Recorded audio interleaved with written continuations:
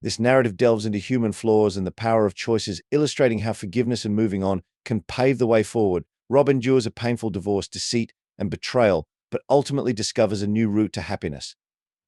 From my own experience, I've learned that every detail must be scrutinized before getting married, as it's a crucial decision. Ignoring minor details can have significant consequences later on.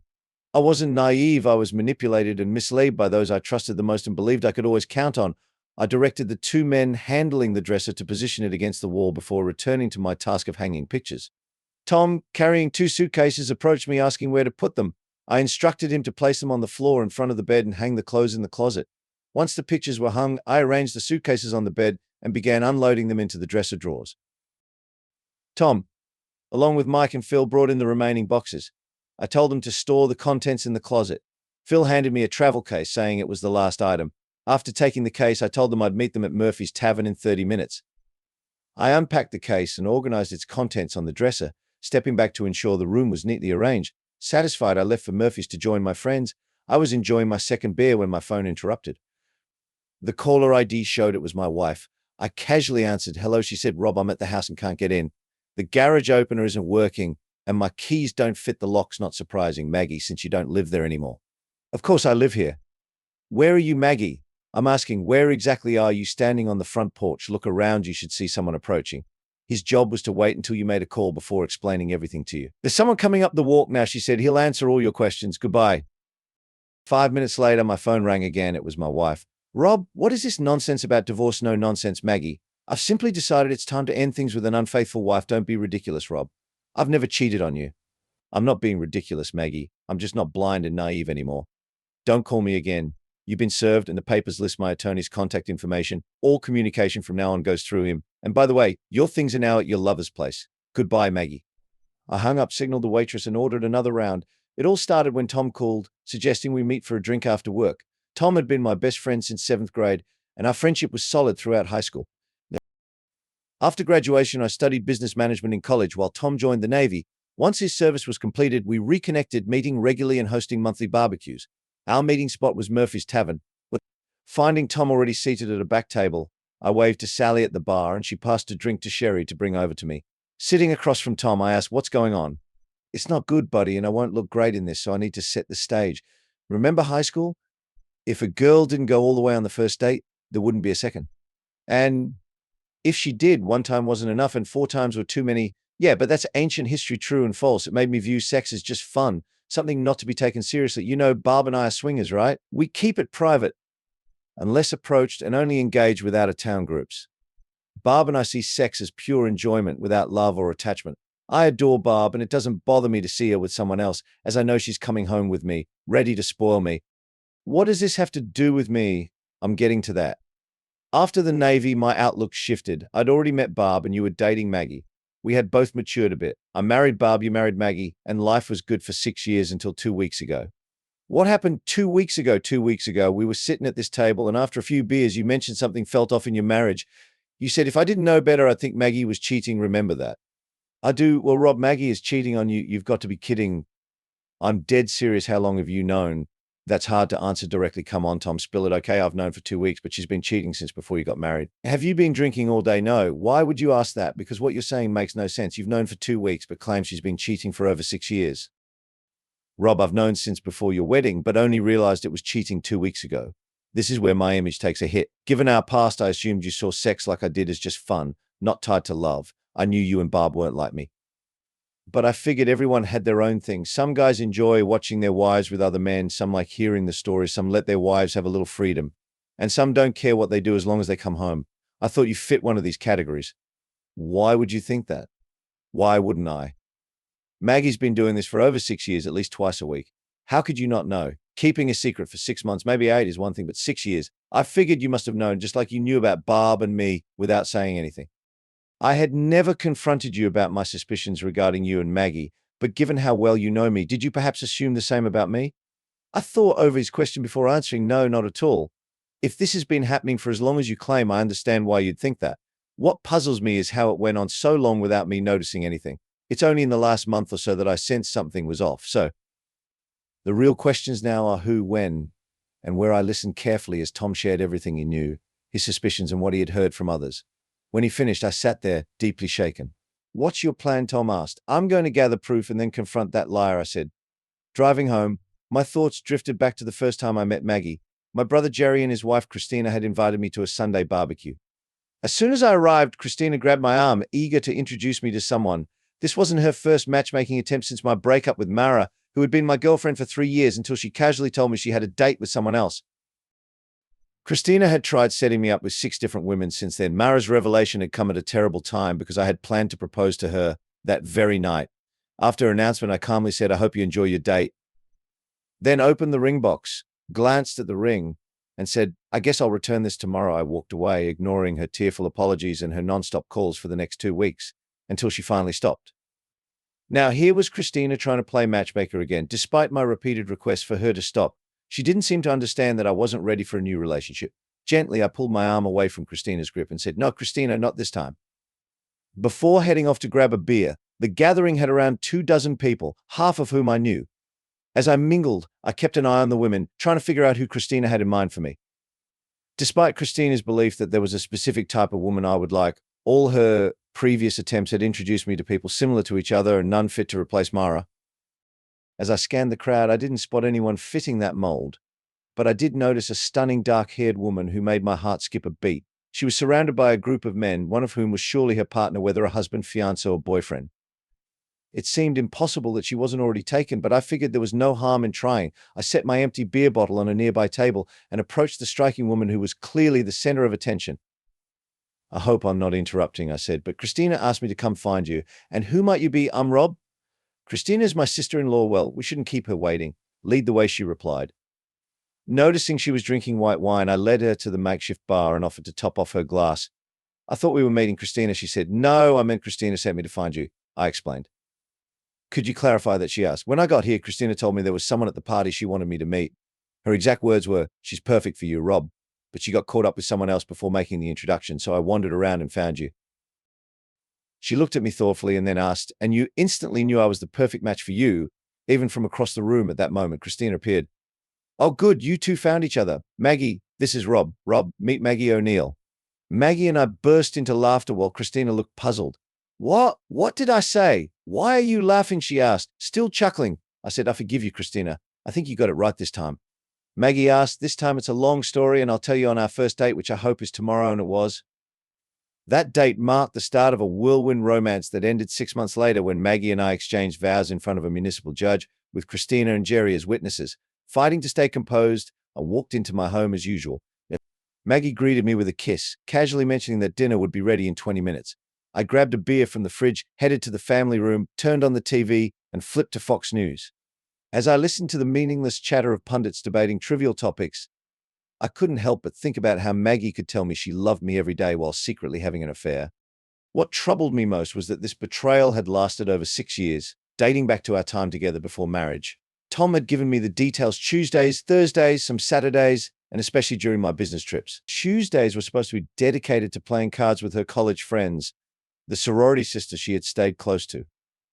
Thursdays were supposedly for a book club at the library, so after our dinner she'd kiss me goodbye, telling me not to wait up, only to be doing far more than just playing cards.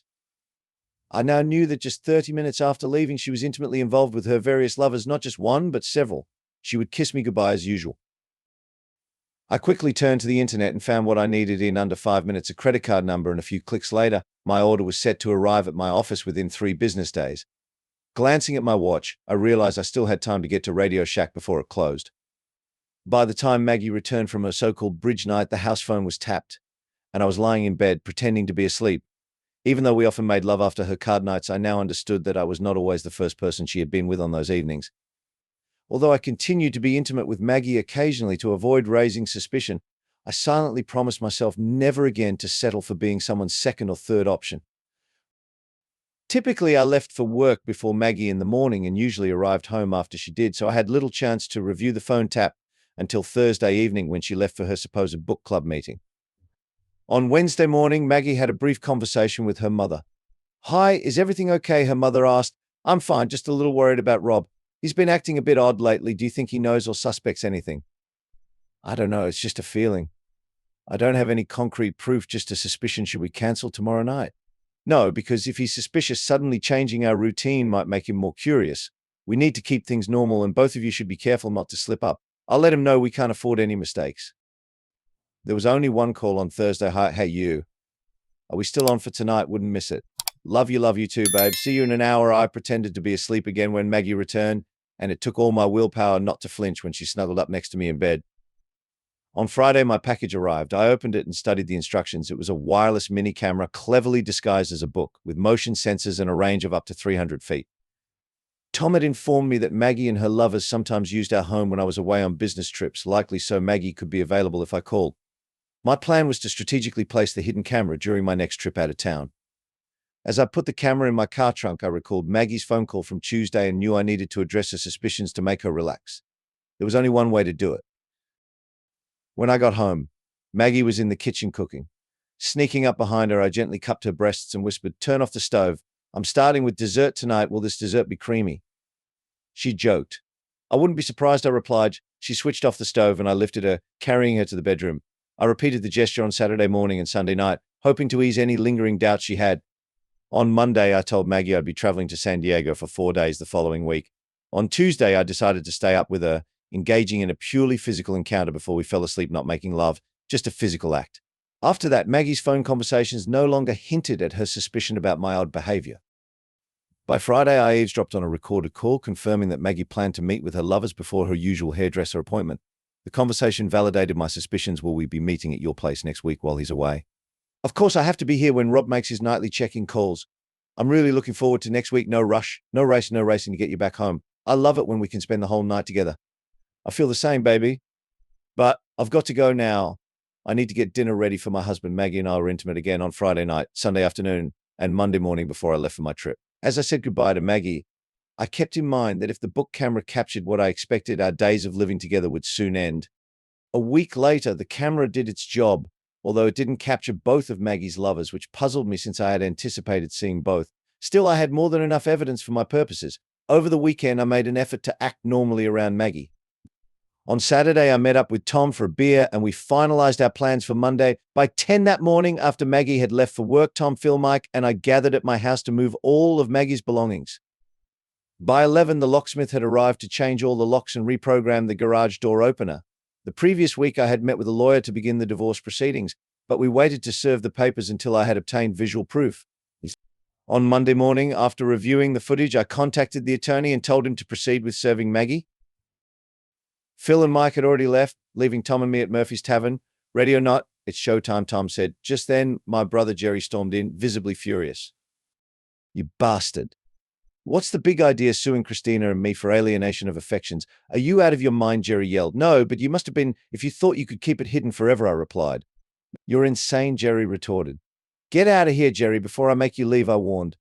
"Don't threaten me, you little." Jerry was 6', while I was just 5', making me shorter compared to him. I stood up and punched him square in the chin. His eyes went glassy, and he started to stagger. I punched him twice more, and he collapsed to the floor. I had already warned Gus behind the bar about a possible fight, so he kept drying glasses as if nothing had happened. Looking down at Jerry, I kicked him in the crotch. As I was about to kick him again, Tom pulled me back, saying, "I think he gets how you feel now. You might not have the guts to press charges, but let's not make this worse than it already is." Jerry struggled to his feet, and I added, "Mum and Dad are going to be so proud of you, Jerry. I'm having dinner with them on Wednesday, and they're probably going to ask about Maggie's absence. Want to guess how I'll respond? Oh, and by the way, I used the key you gave me while you were on vacation to get into your house. I moved all of Maggie's stuff into your guest room, so now she can stay there full time instead of just on Tuesdays and Thursdays." I turned to Tom and said, "Let's get out of here." I waved at Gus, who nodded back as we left. When I got home, Maggie's car was already parked in the driveway, and she was sitting inside waiting for me. I pressed the garage door open, drove around her car, and pulled into the garage, closing the door behind me. Maggie tried to follow me inside, but I shut the door before she could get in. I hoped she would leave, but knowing she wouldn't, I went into the house. Soon the doorbell started ringing non-stop, and I knew it would continue until I answered. Prepared for this, I had already secured the screen doors and patio entrance after the locksmith's visit. Maggie tried to yank open the screen door, but it stayed firmly shut. "Let me in." "Rob," Maggie begged. "There's nothing for you here. All your things are at Jerry and Christina's. You now live in their spare room, saving you the drive on Tuesdays and Thursdays," I told her. "We need to talk, Rob," she insisted. "No, we don't. The time for talking was when I proposed. That's when you should have said, 'Oh, Rob, I don't know.'" I have long-term lovers I'm not willing to give up.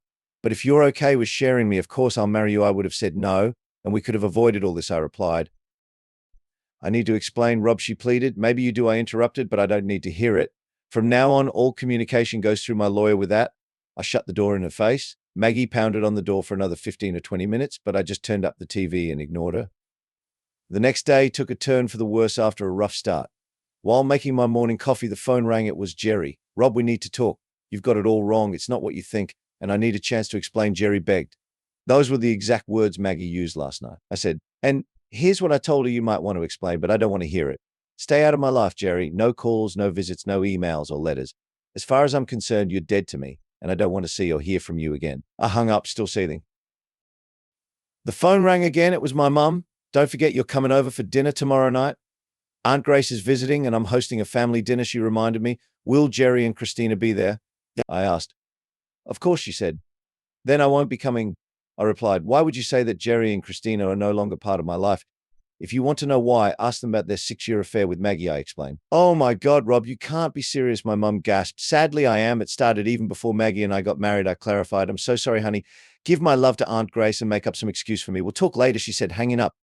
It hurt to put my mum in a position where she had to manage family gatherings without me and Jerry in the same room. But I knew I had to explain eventually. The sooner she knew, the sooner she could confront Jerry. After hanging up, I started inspecting the house and making a list of improvements to boost its market value. I had no illusions about keeping the house. Living in a no-fault divorce state meant selling it and splitting the proceeds. Plus, the house was too big for just me. We had bought it with plans to start a family, hoping to have kids at 30, allowing us a few more years of freedom. Looking back, I was grateful we had waited. Going through a divorce with children would have been even harder. While I was contemplating the backyard, I heard a voice behind me. Afternoon, Rob, Christina greeted. What do you want? I asked coldly. You won't talk to Jerry or me, so I thought I'd try. At least I don't think you'll hit me like you did Jerry, she said cautiously. There's nothing to talk about, Christina. I don't need or want to hear anything from you, I snapped. Since when have I been Christina? It's always been Chrissy or Chris, she noted. That was before I found out you've been betraying me for 6 years, I said. Don't try to charm me, Christina. I wired the house before my last trip and I have it all on DVD. Save your lies and leave. I won't hit you, but if you don't go, I'll carry you off my property, I warned. You do that and I'll charge you with assault. You can call the cops and have them remove me, but if you lay a hand on me, I'll make you pay, she threatened. I met her gaze and pulled out my phone. Fine, I said as I started dialing. What are you doing? She asked nervously. Taking your advice and calling the police, I replied. Damn it, Rob, why won't you just listen to me, she pleaded. Because I don't want to, I said.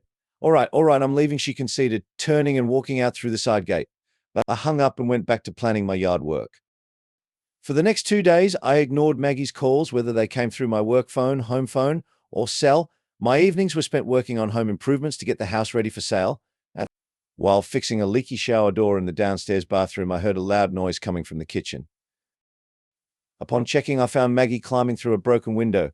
What are you doing here, breaking into my house? I asked. Since my key doesn't work anymore. This is how I chose to get in, she replied. You're not allowed here. This is my house as much as yours. Just saying I don't live here anymore doesn't change that. You should have hired a better lawyer. Rob, your divorce papers don't state who gets the house until the court makes a decision. I've fixed that in my counter petition. Once you're served, you'll have to leave, she explained. Your counter petition? On what basis? I demanded. It's a no-fault case, Rob, so I don't need grounds, but my lawyer suggested adding a reason, so I claimed extreme mental cruelty. As long as there are no issues, the paperwork will be approved easily, Maggie stated. But that's not true, and it will become public record. If someone searches, it won't look good for me, I pointed out. Fine, if that's how you want to play it, I'll talk to my lawyer tomorrow and change my petition from irreconcilable differences to adultery. Let's see how you feel when your name appears in the records. And to add to it, I have proof of my claims, and you don't, I threatened. You don't have any proof, Maggie countered. I know because I have reliable sources confirming your infidelity, which is why I set up surveillance cameras in our house before my last business trip. I have a clear video on DVD showing you cheating in our bedroom on our bed. I'm on our bed, I revealed. Is that what all this is about, my involvement with Chrissy and Jerry? Maggie asked. Jerry? What's Jerry got to do with this? Don't play dumb, Margaret Estelle. You know exactly what Jerry's role is. The three of you have been betraying me since before we even got married, I accused. Maggie's expression shifted as if she suddenly understood. No, Rob, you've got it all wrong. There's absolutely nothing going on between Jerry and me. It's never been Jerry and me. Yes, me and Chris, but never Jerry, Maggie clarified. That's not what I heard. You visit Jerry and Christina every Tuesday and Thursday when you're supposedly at card games and book club meetings. Sometimes Jerry is there, sometimes he isn't. when he is. He stays in his den or works in the basement. Jerry's never been involved in what Chris and I do. He knows about it, of course, but he also knows Chrissy loves him and isn't looking for another man. He lets her have those little pleasures, Maggie explained. So you're admitting you've been cheating on me, I accused. Absolutely not. Cheating means taking something from you and giving it to someone else, but that's not what I've done, Maggie denied. But that's exactly what you were doing, I insisted. No, I wasn't. Did I ever turn you down when you wanted to be intimate except during my cycle? No, I didn't. Even then, I always satisfied you if you wanted it. Who started our love making half the time? I did. Has our sex life suffered because of my time with Chris? No, it hasn't. We still made love 4 or 5 times a week. Can you point to anything in the last 6 years that shows I didn't love or care for you? Maggie challenged. I stayed silent, letting her continue. No, you can't. Have we cuddled any less? There's nothing to show I don't love you or that I've deprived you of anything. My time with Chris hasn't cost you a thing, she argued. Your relationship with Christina, I began. I'm bisexual, Rob. I've known since summer camp when I connected with 2 girls who were also bi. Chris was my roommate all through college, and we realized we shared the same orientation. We were lovers in college and beyond. It's been almost 11 years of fulfilling each other's needs, she confessed. It's still cheating, and you know it. The fact that you've lied to me for 6 years about what you were doing on Tuesdays, Thursdays, some Saturdays, and when I was away proves you knew it was wrong, I said. No, it doesn't. It just proves I love you too much to let you find out because I knew how you'd react. Knowing would have driven us apart, Maggie countered. Of course, knowing you were cheating would break us apart, I shot back. Rob, I wasn't cheating. I didn't tell you because of the thoughts in your head right now. You're homophobic, and you know it. I can't even count how many derogatory remarks you've made about non-heterosexual people. If I had told you I was bisexual, you would have labeled me as queer or something worse. I never told you because I needed what I got from Chris that I couldn't get from you. So you're saying I don't satisfy you in bed, I asked. No, damn it, that's not what I'm saying. I'm completely satisfied with you, but you can't provide the physical aspects I need. You're not a woman, Robin. Sometimes I need that. I need you and I need what Chris gives me. It's both. I need a man that's you and I need a woman that's Christina. Maggie explained. A brief silence followed. Then Maggie asked, what's the next step, Rob? Should we call the lawyers and ask them to cancel the paperwork? Do we move past this and work on our marriage? I don't know if that's possible, Maggie. You've broken my trust.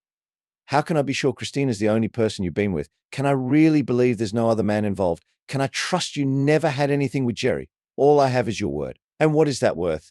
You've proven to be a skilled liar for 6 years without me suspecting anything. Even if you're telling the truth, you were still unfaithful. Call it what you want, Maggie, but to me, it's still cheating. Any sexual relationship outside of marriage is infidelity. Can I get past this? Maybe, but can you? Can you, knowing your bisexual nature, settle for only half of what you say you need? Can you let go of Christina and be content with just me? I asked, so you're not willing to give up Christina? Maggie, she stated firmly. No, Rob, I'm not. Well, there's your answer, I responded. What answer? Maggie asked, looking confused. You asked if we should contact the lawyers and void the divorce paperwork. You've just answered that question. The answer is no. We won't call them, I clarified. I never said that, Maggie protested. Yes, you did. When I asked if you could prioritize our marriage over Christina, you chose her, I explained. Come on, Rob, be reasonable. I've already told you my side, Maggie pleaded.